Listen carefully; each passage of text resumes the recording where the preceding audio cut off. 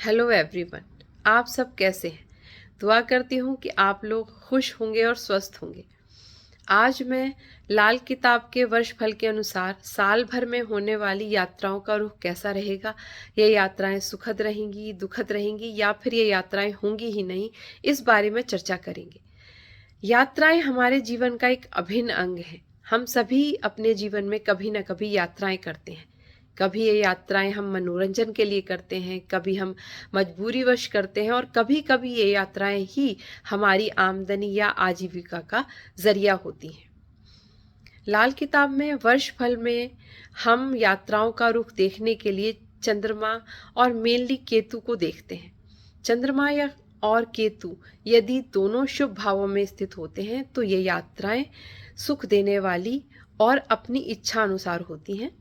बस शर्त यह है कि चंद्रमा पर कोई अशुभ प्रभाव नहीं होना चाहिए। लाल किताब में वर्ष फल में केतु की विभिन्न भावों में स्थिति को देखकर हम साल भर की यात्राओं का रुख बहुत आसानी से पता लगा सकते हैं। तो चलिए बात करते हैं केतु के विभिन्न भावों में स्थित होने पर यात्राओं का रुख क्या होता है। तो सबसे पहले बात करूंगी मैं, जब केतु प्रथम भाव यानी लगन में स्थित होता है तो यात्राओं के लिए तैयार रहना पड़ता है, पर यात्रा होती नहीं है, और यदि यात्रा होती है तो तुरंत वापस आना पड़ता है। केतु यदि दूसरे भाव में स्थित होता है तो उन्नति और समृद्धि के साथ यात्रा होती है। यदि उन्नति नहीं है तो यात्रा भी नहीं है, यानी उन्नति और यात्राएं दोनों साथ साथ होंगी, और नहीं तो यात्रा नहीं होगी। केतु यदि तीसरे भाव में स्थित होता है और यदि तीसरा भाव सोया हुआ होता है तो भाई बहनों से दूर यानी भाई बहनों के बिना यात्रा होती है। केतु यदि चतुर्थ भाव में स्थित होता है तो यात्रा या तो होती नहीं या फिर माँ के निवास स्थान तक यात्रा होती है, और यदि माँ अगर आपके साथ रहती है तो यात्रा नहीं होती है। केतु यदि पंचम भाव में स्थित होता है तो किसी दूसरे शहर में यात्रा संभव नहीं होती है।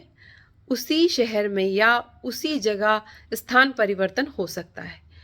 और यदि गुरु शुभ भाव में स्थित होता है तो उस यात्रा का कोई भी अशुभ प्रभाव नहीं मिलता है। केतु यदि छठे भाव में स्थित होता है तो साल भर में एक बार यात्रा का निर्णय जरूर होता है और यात्रा भी होती है।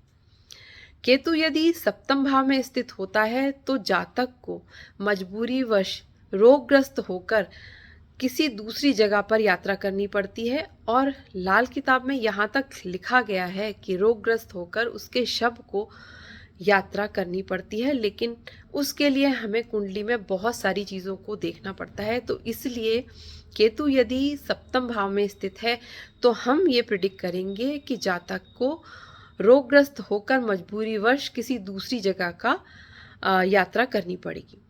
अष्टम भाव में यदि केतु स्थित होता है तो यात्रा अपनी मर्जी के बिना और अशुभ प्रभाव देने वाली होती है और बहुत कष्ट देती है।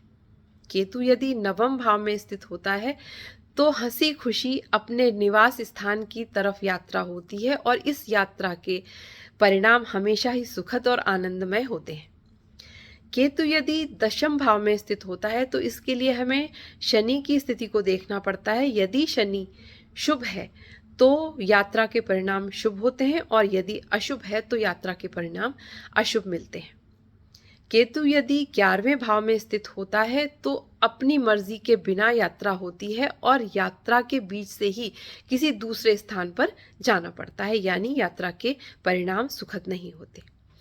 केतु यदि 12वें भाव में स्थित होता है तो बच्चों के साथ हंसी खुशी आनंदमय होकर यात्रा होती है, और इस यात्रा के परिणाम हमेशा ही सुखद और आनंद देने वाले होते हैं। इस तरह केतु की स्थिति को देखकर हम साल भर में होने वाली यात्राओं के रुख का पता बड़ी आसानी से लगा सकते हैं। इसको हम महीना कुंडली और दिन कुंडली पर भी प्रयोग कर सकते हैं, और उस दिन होने वाली यात्रा का रुख हम पता लगा सकते हैं। चलिए फिर मिलते हैं अगले वीडियो में। तब तक के लिए खुश रहिए, आबाद रहिए।